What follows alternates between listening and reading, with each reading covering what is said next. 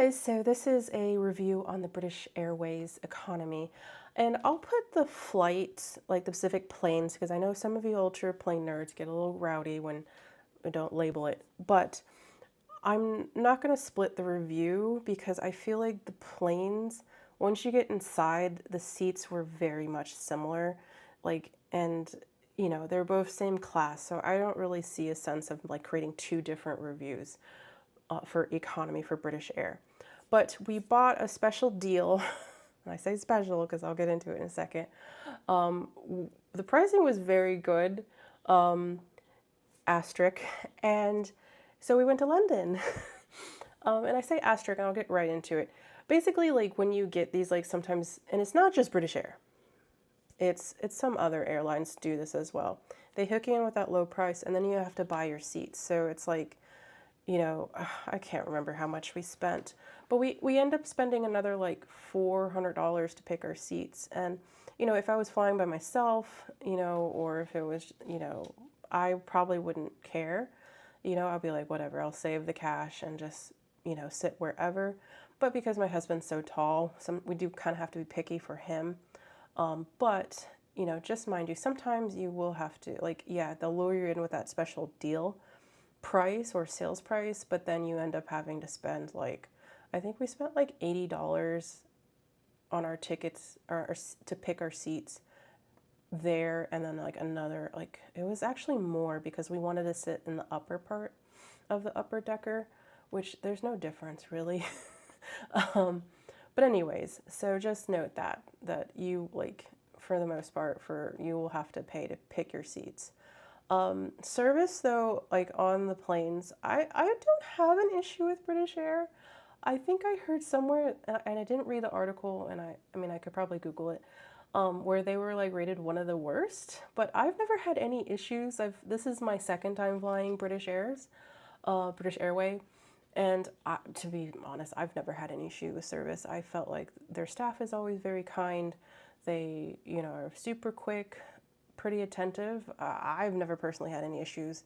And so that's just from our point of view. Like on the way back, my husband, I didn't know, we got him like a seat didn't really recline or do anything. And like the steward, he gave him some little bottles of booze and like the bag from Premium Economy, which was nice. He didn't have to do anything at all, but he did. So I've never had any issues with their service. The food, well, the food on the way to London was a little sketch. Well, I think like the main meal just had no flavor at all. Like it was just like, okay, alrighty, no flavor, nothing at all. And then they had this key lime pie thing. It was very weird.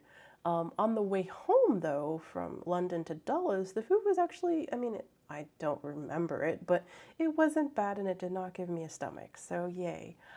So yes, and then drinks come, they give you drinks and it's, of course, if you have a special dietary need, you do have to pre-select that. But they're willing to work with you. You just have to select it, and it's in the app. I don't. It's actually like shocking how many people don't realize that if you have a special dietary need, that you can pre-order your food. But anyways, that's not a British Airway thing. But so the seats were probably. I don't know if like both planes, like, did we just pick tired girls? Because they both like really needed like some love. Like they needed probably some refurbishment, and like my seat, both directions, the USB was broken, and so I couldn't charge my phone. I had to pull out my power bank at one point, and oh, the Wi-Fi on the way home was also not working. So it's just like, I mean, yeah, like, Wi-Fi, first world problems. But I mean, sometimes some people do need to stay connected, though. I mean, I don't know. Like, to me, it doesn't bother me too much, but it does bother some people. Um, and that's why you have the entertainment system. And their entertainment system's fine. I mean, it has movies, it has TV shows, it has music. So you have a little bit of everything if you want to pass the time, like when your Wi-Fi is not working on the airplane. So it's fine. I mean, I don't like, besides the the both planes probably needing some love and maybe some fixer-uppers, fixing up. I don't really have too many complaints. So yeah, and I have to admit their pre-safety thing is actually pretty fun. You know, especially if you're a big fan of British TV, you'll get a kick out of it. It was pretty humorous the first time. Then the second time, it's like, oh, okay, all right, got it. But anyways, I think that's it. I will talk to you guys later. I will have a Japan Air review whenever we get that done. I'm super excited for that. But check out my other videos, and I'll see you guys next time. If you've flown British Air, do you agree that they should be on the worst list, or have you had pretty good experience with them? Anyways, guys, talk to you later. Bye.